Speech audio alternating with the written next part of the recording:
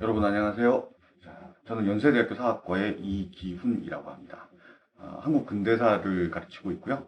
저희가 준비한 것은 연세대학교 국학연구원에서 만든 고등학생을 위한 인문학 강좌입니다.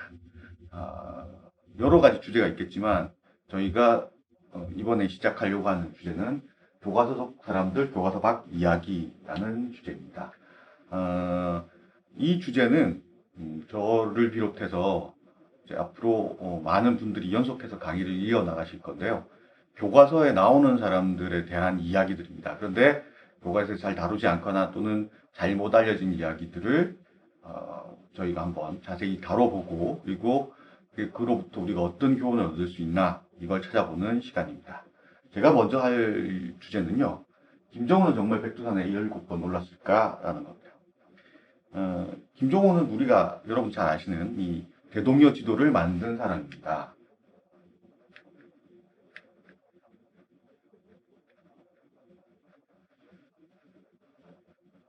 네. 대동여 지도는 사실 이제 요게 대동여 지도입니다. 대동여 지도인데요. 뭐 여기 지금 설명이 좀 있습니다만 이 설명을 다 제가 뭐 이야기하지는 않을 거고요. 사실 우리가 대동여 지도라고 흔히 여러분들은 그냥 지도 하나라고 알고 있는데, 대동여 지도는 요렇게 돼 있습니다. 이게 뭐냐면,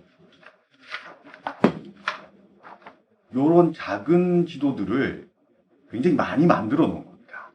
그래서 이걸 다 연결해 붙인 겁니다. 이 작은 지도들을 쭉 연결하면 이렇게 큰 대형 지도가 되겠죠. 예. 그렇게 되면 이렇게 보시다시피 이게 이제 대동여 지도고요. 요거는 18세기 초에 정상기라는 분이 만든 동국대 지도고요. 요거 요즘 지도입니다. 그러니까 요 지도들을 잘 보시면 큰 차이가 없다라는 걸 알 수가 있습니다. 보시다시피. 그리고 이제 이 동국대 지도는 원래 하나의 지도로 만들었고요. 이 대동여 지도는 이 낱장의 지도들을 연결해서 만들어 놓은 겁니다. 이렇게 지도를 만든 이유는 사람들의 이용의 편의성입니다. 제가 지금 방금 이렇게 보여드린 게 이게 서울 지역 지도인데요. 이게 요겁니다. 요 지도고요. 이렇게 작게 여러 장의 지도를 연결해서 만든 건 사람들이 이 지도들을 가지고 직접 자기 주변 지역에서 지도를 활용하게 만들려고 했던 것이죠. 그리고 이거 아까 이제 우리가 앞에서 잠깐 봤듯이 사실 18세기에 만든 동국대 지도하고 크게 차이 나지 않습니다. 그러니까 무슨 이야기냐면 대동여 지도에 대한 많은 지금까지의 연구들을 정리를 해보면 우리 좀 이따 다루겠지만 이게 그냥 뭐 이렇게 갑자기 만들어진 게 아니고 기존의 지도들 그리고 또 지리지라고 하죠. 지리 정보를 수합한 책들 그리고 이 지도를 만든 경험 그리고 지나 지도에 있는 정보들 요걸 아주 잘 비교 검토해서 그걸 토대로 해서 만든 지도라는 겁니다. 그래서 당시의 수준에서 굉장히 정밀한 지도를 만들어낸 거죠. 그리고 아까 우리가 지금 요 쪽지도를 보시다시피 이걸 따로따로 떼서도 이용할 수 있고 다 같이 합쳐서도 이용할 수 있는 그런 좋은 지도를, 아주 훌륭한 지도를 만들었던 것입니다.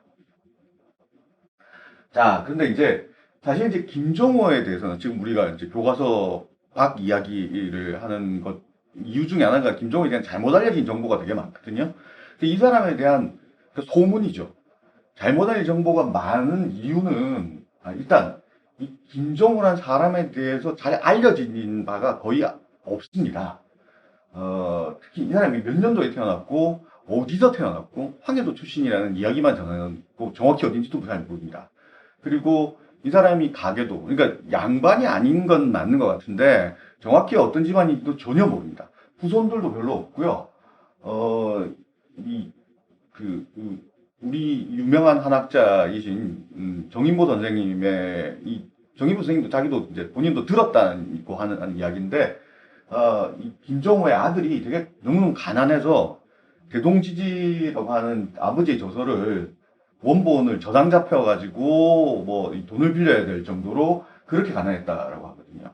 그러니까 이 사람에 대해서 그러니까 뭐 족보도 없고 뒤에 회고도 없고 하기 때문에 개인적인 정보가 하나도 없어요. 그래서 이 사람에 대해서 전하는 것은 이 사람이 직접 지도로나 지리지를 만들면 서문을 뭐 만들거나 이거 어떻게 만들었다, 어떻게 써라 이런 정보들 정도만 나옵니다. 그리고 이 사람이 어떤 사람이다라고 아주 간단하게 언급한 이야기만 있기 때문에 그 이야기들은 되게 지도라든가 지리학에 관한 정보들밖에 없거든요. 그러니까 개인적인 이야기는 사실 거의 전혀 모른다라고 해도 될 정도인 겁니다. 자, 그렇다면 이 사람에 대한 정보가 원래 없는 거죠. 잘 모릅니다. 근데 이 사람에 우리가 지금 굉장히 근데 동화책이라든가 이야기라든가 이런 데 보면 요즘도 아직까지도 그런 이야기들이 막 전해져 오는데요. 이렇게 성장했고 이렇게 지도를 만들었다. 이거 어디서 나왔을까?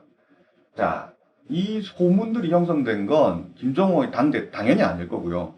김정호가 세상을 떠난 직후도 아니고요. 일제시기 들어와서입니다.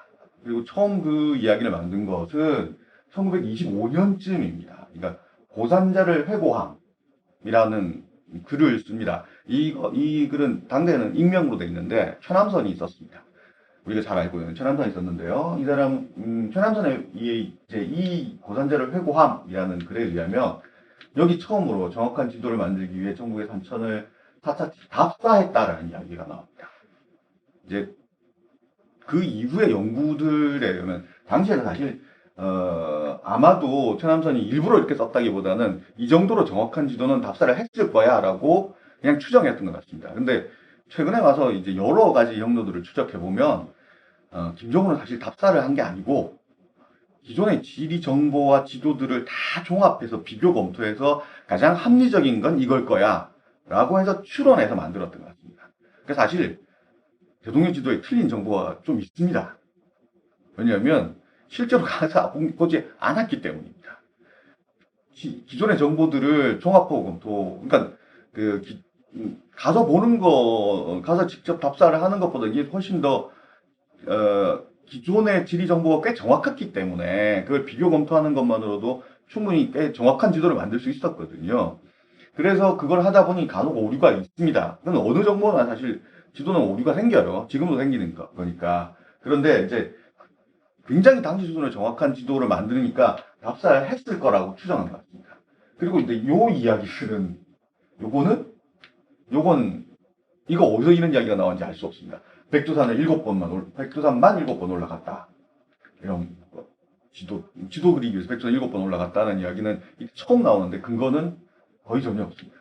자, 그 다음에 또 하나는 뭐냐면 이 김정은의 노력에 대해서 조선의 사람들은 하나도 몰랐다. 그래서 미친놈이라고 욕했고 그 다음에 막 재산도 잃고 아내도 잃고 그리고 뭐 하나 남은 딸과 그려놓은 지도를 목판으로 만들었다.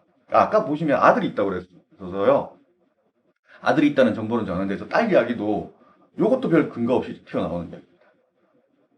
자, 그리고 이제 뭐 이렇게 욕했고 뭐 미친놈이라고 하고 그리고 이제 이런 이야기. 국방의 비밀을 남들에게 이제 폭로하는 거다 그래서 죄를 뒤집어 쓰고 뭐 목판을 몰수당하고 뭐 목판 불태웠다 뭐 이런 이야기들이 요때 만들어지는데 이거 사실일까요? 자, 한번 다시 우리 확인해 보죠. 그래서 이제 만든 이미지가 요런 겁니다. 이런 거. 요건 이제 고산자라고 하는 최근에 만든 영화, 그러니까 뭐 잘못된 정보들이 좀 고쳐지긴 했는데 최근에 만든 고산자라는 영화도 사실 요렇게 지금 뭐 혼자 따라다니는 거 막 만들거든요. 그런데 여러분, 지도라고 하는 건 측량이잖아요. 측량은 기본적으로 혼자 살 수 있는 일이 아닙니다. 측량은 적어도 방향하고 거리를 같이 맞춰야 돼요. 그럼 한 사람이 방향을 재고 방향의 위치를 본다면 한 사람은 거리를 계속 측정해야 되거든요. 그러니까 최소한 두 사람, 그러니까 사실 두 사람만 갖고도 못하는 일이죠. 혼자서 다니면서 할 수 있는 일이 아니고요. 어떤 지도 제작자도 사실 혼자 다니지 않습니다. 자, 요 소문 속에서 김정은은 이렇게 만들어집니다. 고독한 탐험가 모험가 혼자도 아니고요. 그리고 소외된 사람이죠. 아무도 안 알아주는 사람이고요. 그렇지만 혼자서 이 위대한 업적을 이룬 사람이고 또 무지몽맹 hul거 권력에 의해서 희생된 순교자죠. 그런데 실제로 그렇지 한번 봅시다. 자, 김정은이라는 사람에 대해서 어떻게 평가했냐면 1860년대에 그러니까 김정은 생존에 있을 때 유재건이라는 사람이 이항견문록, 그러니까 요 책은 뭐냐면 선비가 아닌 양반이 아닌 사람들 중에 되게 훌륭한 업적을 남긴 사람들이 있으면 그 사람들에 대해서 평가하는 건데 김정호는 아주 교묘한 재주가 있고 지리학에 관심이 많았다. 두루 찾아보고 널리 수집하여 일찍 이 지구도를 제작했고 또 대동면 지도를 만들었는데 능란하게 그림을 그리고 세계 인쇄의 세상을 펴냈다. 상세하고 정밀함이 고금에 결집하는 사실이 없었는데 내가 한 줄 구해보았는데 진실로 보배라 연길만 했다. 이게 뭐냐면 자, 두루 찾아보고 널리 수집했다. 이거 직접 간 게 아니고요. 자료를 많이 찾아봤다는 겁니다. 그리고 기술적으로 되게 뛰어났다라는 거고 그리고 당시 사람들한테 굉장히 인정을 많이 받고 있었다는 거죠. 사실 이 사람은. 이게 신원이라는 사람이 이 김정호랑 같이 작업을 많이 했어요. 신원은 이 사람 나중에 강화도 조약 받을 때 정권 대사가 되는 최고위 관직을 역임하는 사람입니다. 이 사람 되게 유명한 장군이고 거의 강요급, 장관급을 훨씬 뛰어넘는 자리를 했던 사람이죠. 이 사람을 보면 자기가 김정호와 여러 가지 일을 같이 했고 이렇게 해서 이걸 만들었다라는 거죠. 최고위 관료한테 인정받고 있는 사람이고요. 그러니까 국방상의 비밀을 팔아먹었다 이런 누명 안 썼어요. 그럴 일이 없는 사람입니다. 예. 그랬던 것이죠. 자, 그리고 이 최한기라는 사람이 자기 김정호가 어린 시절부터 지도와 지리지를 열심히 공부를 했다. 자, 그러니까 김정호는 직접 찾아 돌아다닌 게 아니고 지도를 계속 만들었어요. 근데 이 사람이 지도를 만들 수 있었던 건 그 전에 지리 정보나 지도 정보가 굉장히 많이 축적돼 있었기 때문에 조선은 지도를 잘 만드는 나라였거든요. 아주 많이 만들고 잘 만들고 지도를 가지고 있는 게 좀 산다고 하면 지도를 가지고 있는 게 풍습일 정도로 지도에 대해서 인식이 그러니까 지도를 귀중히 하는 문화가 있었던 나라라는 겁니다. 그래서 여러 지도를 만들고 지도를 통해서 그 기술과 역량을 축적했던 사람이고 그래서 그걸 통해서 지도를 만들었던 게 이게 김정호가 진짜 진실이죠. 김정호가 어떻게 지도를 만들었는가를 보여주는 겁니다. 예. 자, 그래서 이걸 통해서 지리 정보와 지도 제작 기술을 바탕으로 해서 정밀한 지도를 만들었고 그게 세트인 거예요. 사실은 김정호는 이 대동여 지도와 더불어서 대동지지라고 하는 지리지지를 만듭니다.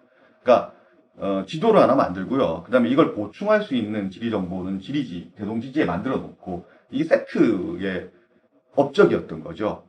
그러니까 이 두 개가 함께 있는 그래서 당대 사람들한테 널리 이걸 사용하게 만들었던 거고 김정호는 개인적인 탁월함도 더불어서 대동여 지도나 대동지지는 조선 후기 사회의 문화적 성과라고 그 사회의 문화적 결실이라고 볼 수 있는 겁니다.